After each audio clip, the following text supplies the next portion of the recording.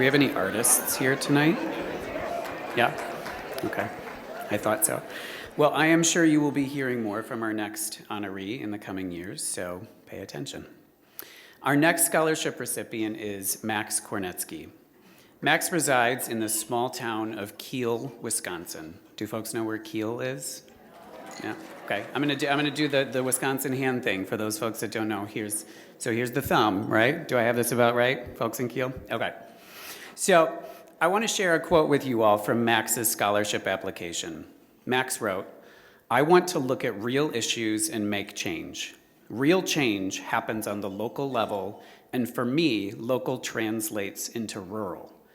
Rural areas never truly seem to socially mature as fast as urban areas, but I feel it is important that people are not forgotten because of their geography or socioeconomic status." End quote.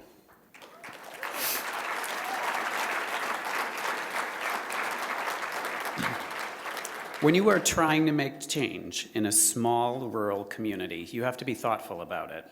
Max has taken an intentional, precise approach to changing the climate at his school. But he has also taken a broad approach. And by that, I mean that Max wanted to make sure that issues beyond those affecting mainstream gay and lesbian folks got talked about in his club. So he called it the Social Justice Alliance rather than Gay Straight Alliance. Now, sometimes students are asked by administrators to call their club something other than Gay Straight Alliance because having the word gay in the name of the club seems scary.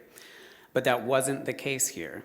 Max hoped that by calling his club the Social Justice Alliance, he would reach a broader audience, and it would also be able to dig deeper into other issues that are making our schools unsafe, such as racism, sexism, and classism.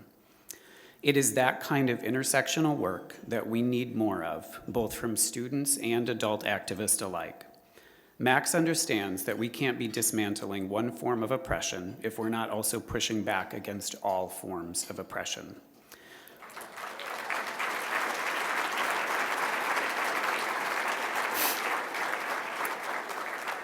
In his scholarship application, Max spoke to how hard that work is. But I, for one, am very glad that he rose to the challenge and he is with all of us in this work. It is my pleasure to invite Max Kornetzke to the stage.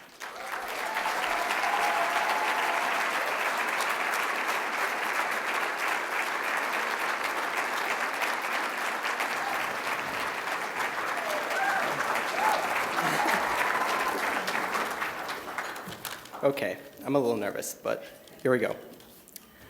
First, I'd just like to say how honored I am to be with all the other recipients. I think they have all done amazing things, and I'm just really honored to have been chosen next to them. So thank you for all the stuff you have done, too.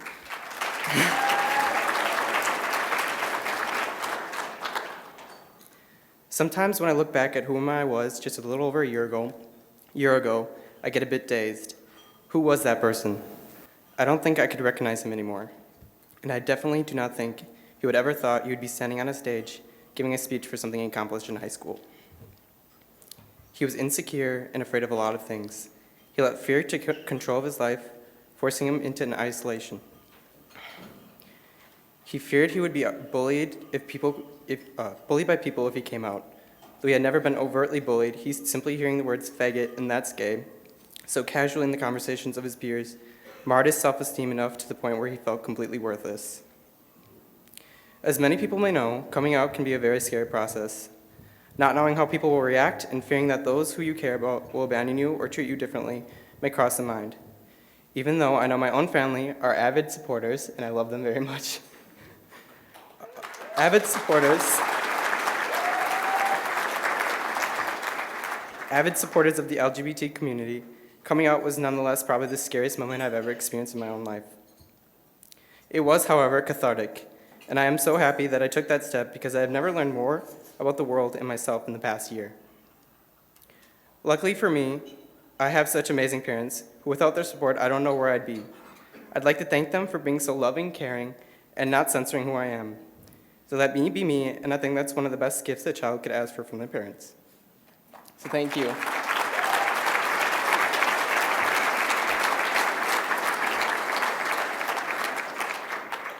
They also helped me find Harmony Cafe, an LGBT youth service program.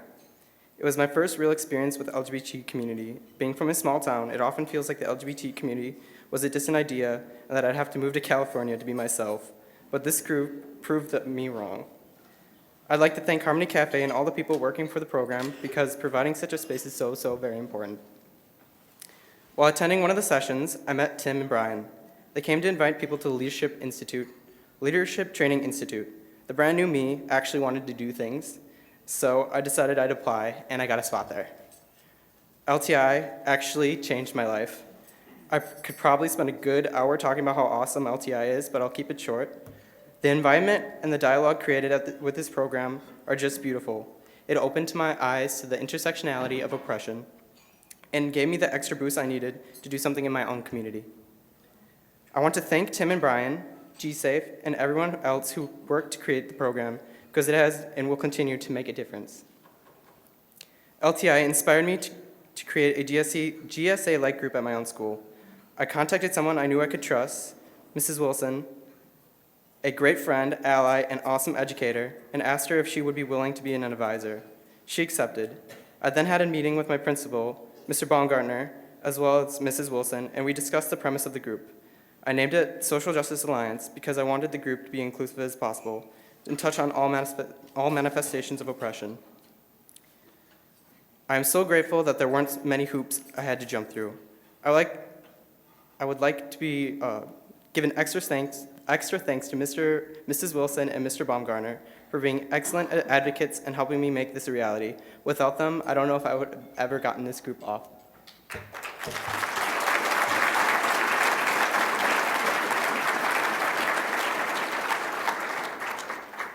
Though the group is in its infancy, I can't say we have done many large projects thus far. I think that having a recognized group in a generally small, rural, conservative area is a vital step to reaching out to LGBT students in rural areas, whom I feel are often forgotten. I really do believe that this group has potential to make positive change, even once I am graduated. This past year has been a journey for me. I know my story will continue to unfold as I pursue my path as a studio artist and continue my work on projects that empower LGBTQ youth. Thank you, everyone who has supported me and loved me, and thank you, GSAFE, for being leaders on LGBTQ empowerment and education.